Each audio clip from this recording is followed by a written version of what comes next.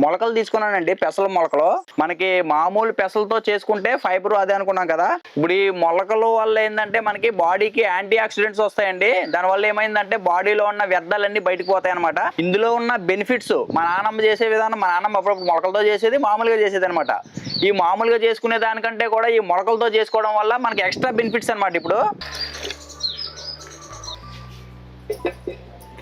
ఈ పెసర మొలకలు ఉడకబెట్టుకునే ముందు మిరియాలు వేపుకుందామండి. ఫస్ట్ మిరియాలండి,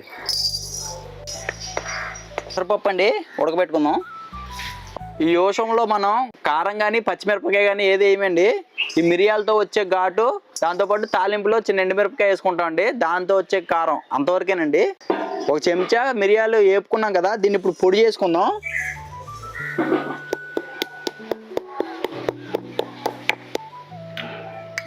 యోషంలో వేసుకోవడానికి ఒక 7-8 ఎల్లుల్లిపాయ గుడ్లు కూడా ఒకసారి దంచుకుంటే బాగా కలుతుందండి, కసం దిగుద్ది. ఇప్పుడు ఈ పెసర మొలకలో ఒక అరగంట సేపు ఉడికిచ్చామండి, మంచిగా ఉడికిపోతాయి. ఇప్పుడు దీన్ని కింద దింపేసుకొని మొలకల్ని మెదిపేసుకుందామండి పప్పు గుత్తేసి.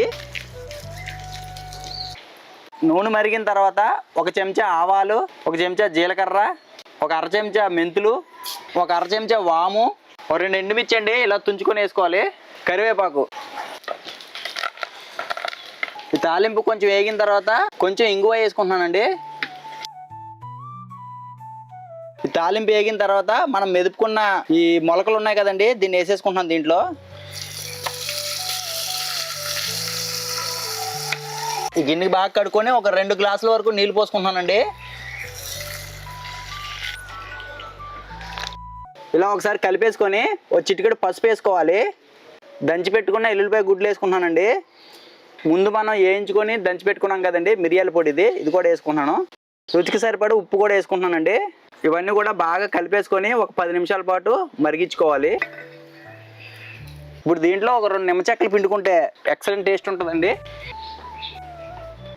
ఏడి కోసం అబ్బాబ్బాబ్బా, అది కూడా దిగింది. నిమ్మకాయ పులుపు, బా సూపర్. నిమ్మకాయ పులుపు కూడా బా ఏముందండి. బాగుంది.